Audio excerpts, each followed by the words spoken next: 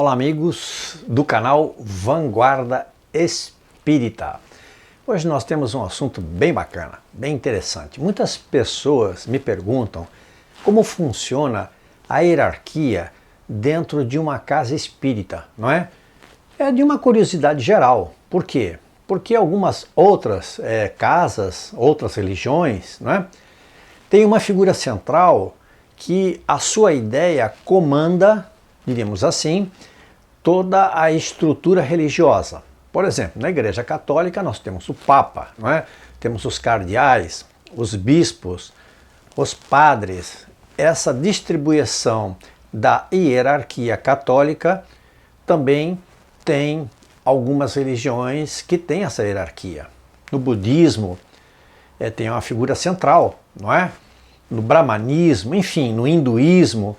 Mas como é que isto funciona na nossa doutrina espírita? Doutrina espírita que tem 160 anos, foi fundada, não é, em Paris por Allan Kardec, que era um pesquisador, era um educador, e este senhor nos colocou na doutrina espírita os 5 livros básicos que nós utilizamos. A partir daí, ele também fundou lá em Paris a primeira Federação Espírita Parisiense. Muito bem. Como é que isto funciona aqui no Brasil? Aqui no Brasil funciona da seguinte maneira. Nós temos a FEB, ou Federação Espírita Brasileira, em Brasília, que tem um presidente, tem um vice-presidente e um corpo diretivo. De lá emanam recomendações.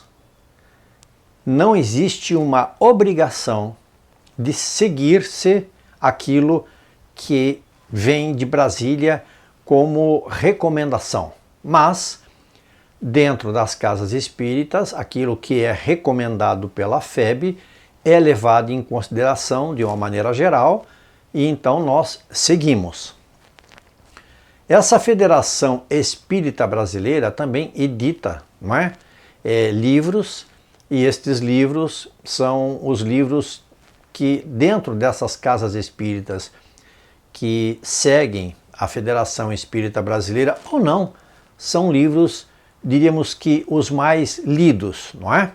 Nós temos também as federativas estaduais, compostas por presidente e vice-presidente, que também não devem influir nas casas espíritas, mas recebem as recomendações da Federação Espírita Brasileira.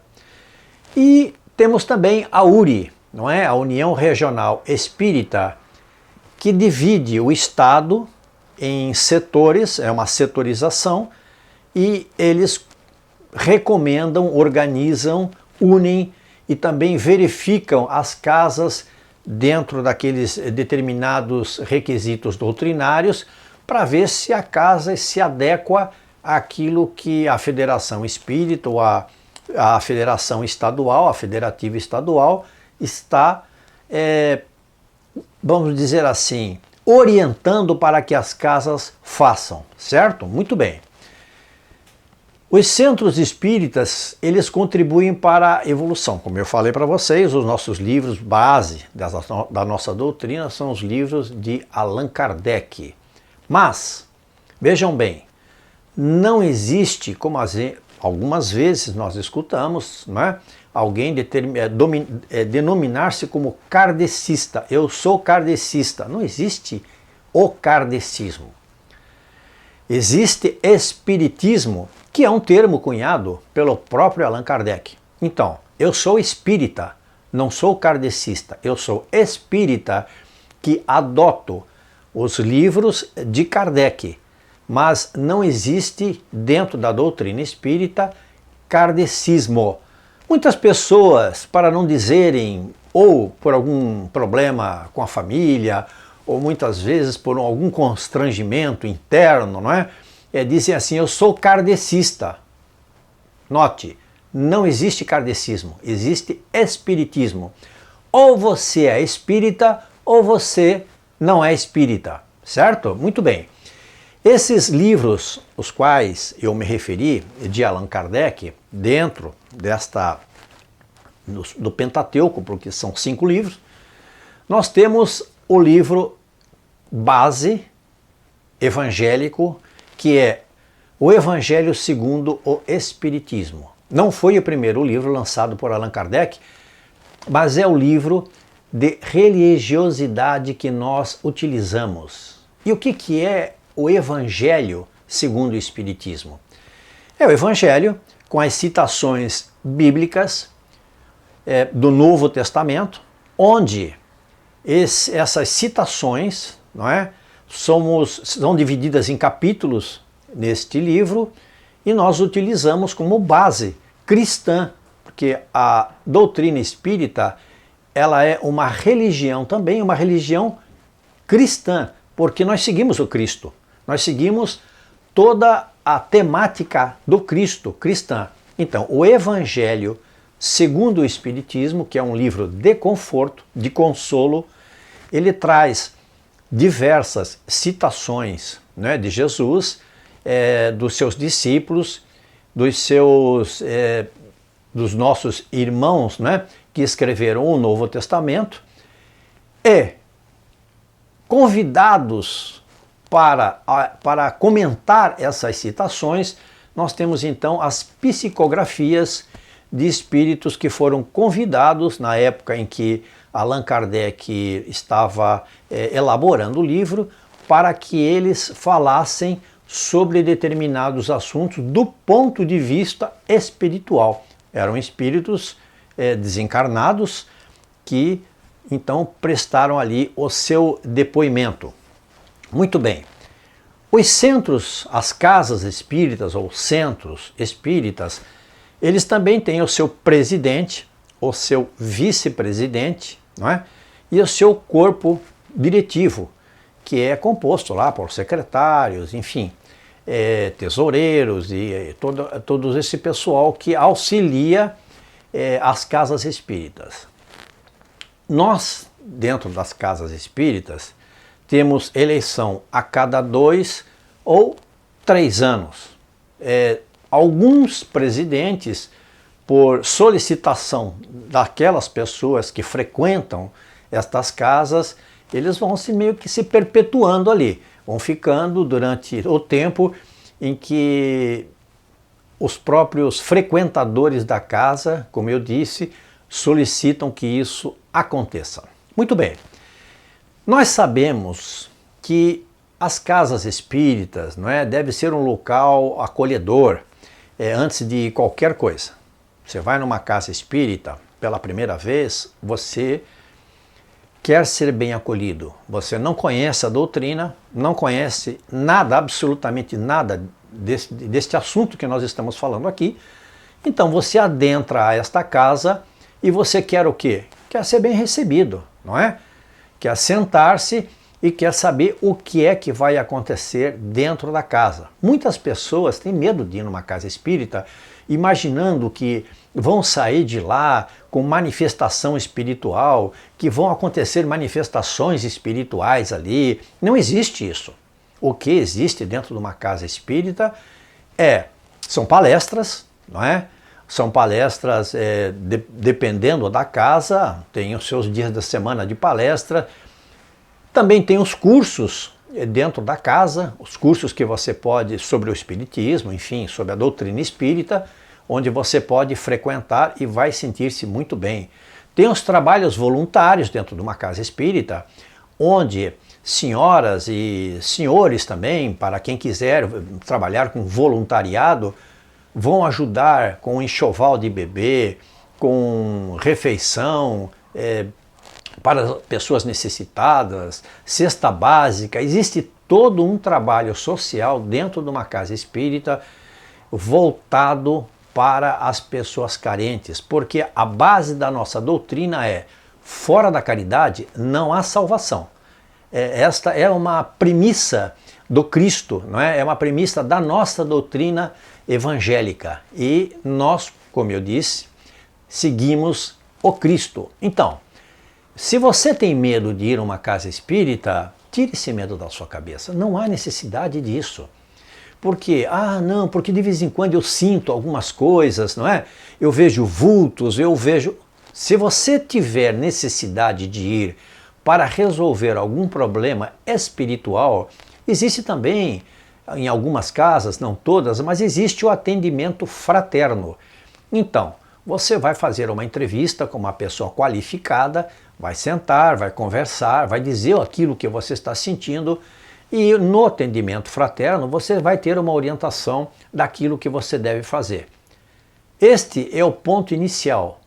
Não existe também a possibilidade de você adentrar uma casa espírita e alguém dizer para você, não, você tem que frequentar aqui, olha, você é médium, você tem que desenvolver a sua mediunidade.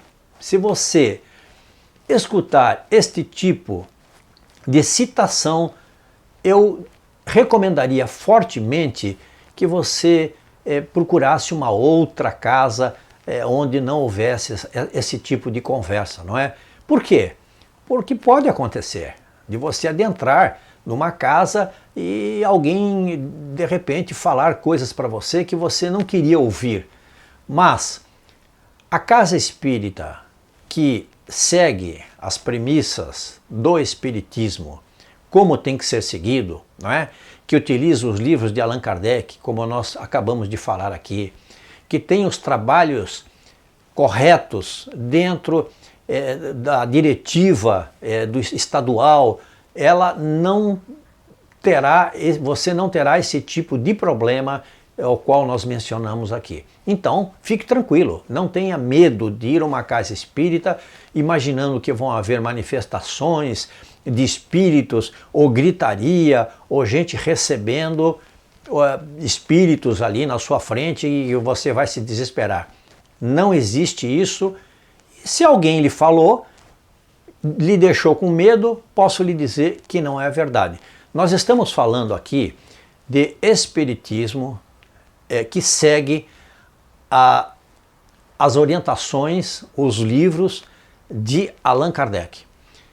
Eu não vou falar, não vou comentar outras diretivas, não é? Diríamos assim, outras manifestações que se dizem espíritas. Nós estamos falando da doutrina espírita. Então, é isso que eu gostaria que você entendesse. Se por acaso você for, não é, frequentar uma casa e você imaginar que todo mundo lá dentro daquela casa vai lhe tratar bem, também não fique magoado se isso não acontecer. Somos humanos e como humanos nós temos as nossas dificuldades, todos temos dificuldades e todos erramos. Por isso que nós estamos aqui encarnados procurando nesta vida, não é? Nessa existência, como em outras que já passamos e próximas existências que virão, a nossa evolução. Mas procure, se você quiser conhecer uma doutrina de consolo, uma doutrina que lhe traga uma satisfação, todas as respostas que você tem para as indagações e dúvidas a respeito de alguma situação espiritual, você vai encontrar dentro de uma casa espírita. E, claro, tudo ao seu tempo. Você poderia estar pensando nesse momento assim, ele não falou do trabalho mediúnico. Existe o trabalho mediúnico, mas o trabalho mediúnico, o trabalho da mediunidade, é um trabalho fechado, onde são pessoas que, após estudarem, fazerem curso de mediunidade, são convidados a participar desse trabalho com orientação espiritual, com uma orientação toda de uma casa séria. Eu já participei durante muitos anos de trabalhos mediúnicos. Então posso lhe dizer que é um trabalho extremamente satisfatório, que nos engrandece muito, porque nós podemos não só aprender com as orientações de irmãos que se comunicam durante este trabalho, como também podemos ajudar a outros irmãos que se comunicam lá e estão necessitando de ajuda. O trabalho mediúnico, apenas para reforçar, é um trabalho feito numa sala dentro da casa espírita, completamente à parte daquela casa onde você vai participar de uma palestra durante a semana, certo? Era isso que eu queria conversar com vocês hoje, para tirar um pouco do medo, desmistificar a casa espírita, falar um pouco daquela hierarquia que existe lá. Se você estiver com medo de adentrar uma casa espírita porque acha que vai receber espíritos ou vai ver espíritos se manifestando dentro desta casa, esqueça. Não existe isso, lá não existe isso. Muito bem, inscreva-se no nosso canal, compartilhe os nossos vídeos, toque lá no sininho para receber as novidades do canal e dê o seu joinha. Isso nos ajuda muito a divulgar a nossa doutrina aqui no Brasil e em outros países também. Muito obrigado a todos!